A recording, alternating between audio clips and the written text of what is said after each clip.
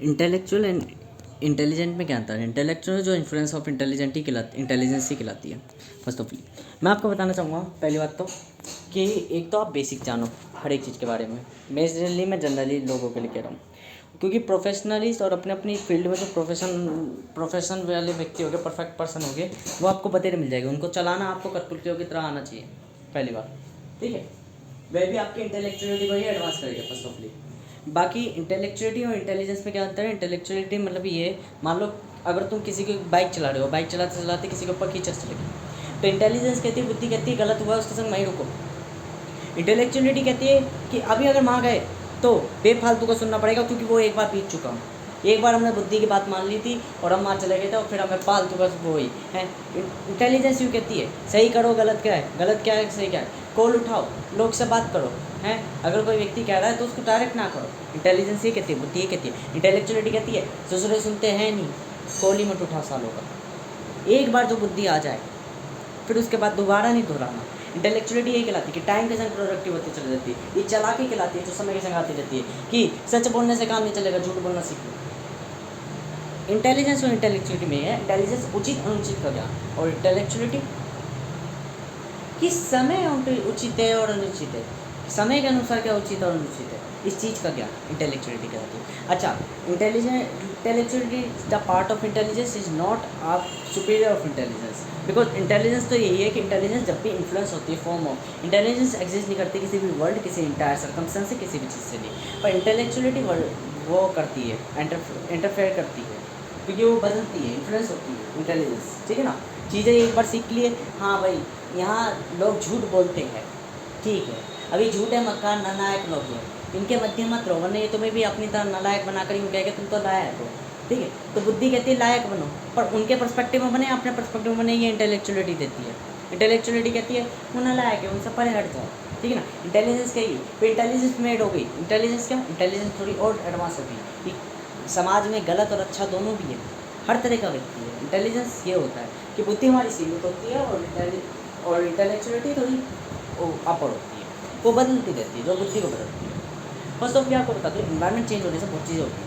मैंने अपना time period फिर चेंज कराया, तो आज मैं बैठे बैठे वापस थ्योरम बना रहा, बल्कि जिस टाइम पीरियड में गया था उस टाइम पे नहीं बनाया था।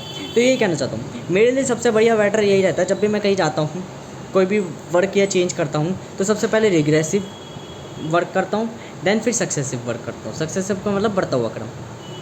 ठीक है, दुनिया आपको कहेगी कि देखो हर कोई किसी की बेइज्जती मारेगा क्योंकि वो अनपढ़ है, अक्लमंद नहीं है।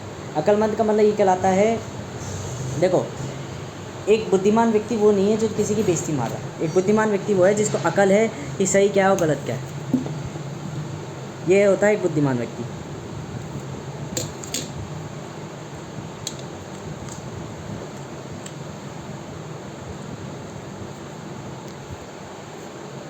लोग आपको झांसे में वोट पिलाएंगे कि देखो हमारे संग काम करोगे तो बेहतर है, क्योंकि उनका लाभ है।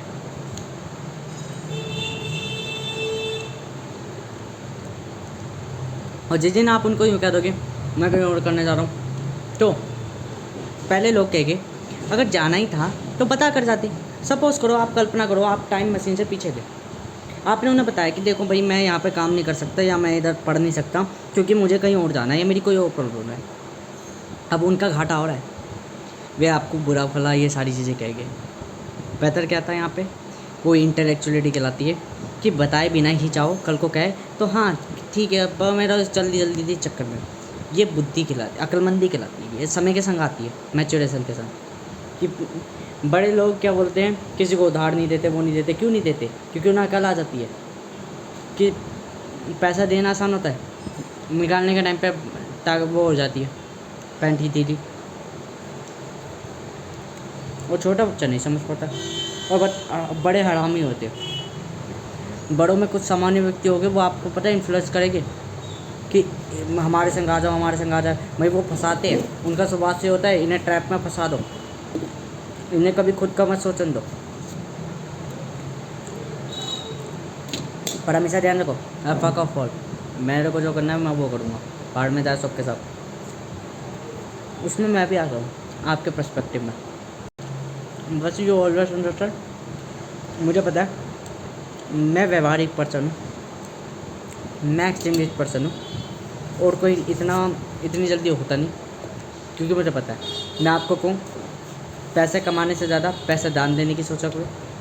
आप नहीं चिंतन करोगे एक बार क्या आप यूँ कह दोगे व्यापार में ऐसी चीज़ें चलती नहीं हैं, और ये हकीकत है।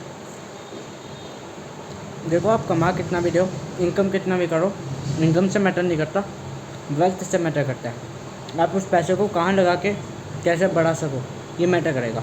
मतलब एंड टू एंड कहने का मतलब ये है, दुनिया आपको प्रभावित करती है, पर मेरा कहना ये है, प्रभावित हो कहाँ रहे?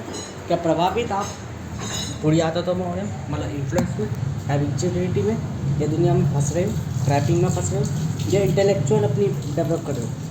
या तो आप अपनी इंटेलिजेंस डेवलप करो, या तो आप स्वयं को बदल रहे हो कि मैं स्वयं को बेहतर बना रहा हूँ, ठीक है। और अधिक व्यक्ति स्वयं को बेहतर बनाने के लिए ही जाते हैं, परंतु पता नहीं होती, क्योंकि प्रकृति होती ऐसी है, वो आपको इन्फ्लुएंस कर देती है और आप स्वयं को भूल कर प्रकृति को बेहतर बनाने में लग जाते हो। और यही प्रकृति का रोल होता है कि पहले वो आपको जा सकती मैं आपका बेहतर विकास करेगी, जब आप उसमें आ जाते हो फिर आप उसका बेहतर विकास करते हो, यह हकीकत है। तो इस चीज़ों में एक वाइस पर्सन एक लंबे समय तक नहीं टिकता, वो हमेशा गोल सेट करके जाता है, मुझे 120 डेज काम करना, उसके बाद कुछ भी ना हो जाए मैं ये चीज़ बदल दूँगा मतलब त्याग दूँगा, बस यही लाइफ है। कि लाइफ में एवरी टाइम आपको चेंज होना होगा, लाइफ में एवरी टाइम आपको ये चीज़ करना होगा कि देखो, जिस दिन मैं सब कुछ पा लूँगा, जिस दिन मैं सब कुछ पा लूँगा, एक पिस्तौल चुपचाप जेब में लेके जाऊँगा, लोगों को स्पीच दे रहूँगा, और उन्हीं के सामने चुपचाप, जब लोग कोई सामने आसपास नहीं होगा, और मुझे लग जाएगा कि कोई मेरे आसपास आ नहीं पाएगा, तो मुंह पे रखी गोली, पिस्तौल मुंह में रख के, और बस इतना कहना, the walk of pitch of life and that गोली। इससे क्या होगा? कुछ नहीं होगा, लोग सन्नाटे में हो जाएगा, इवेंट होराइज हो जाएगा, और आप नई जगह पहुंच जाओगे। नई जगह कहाँ?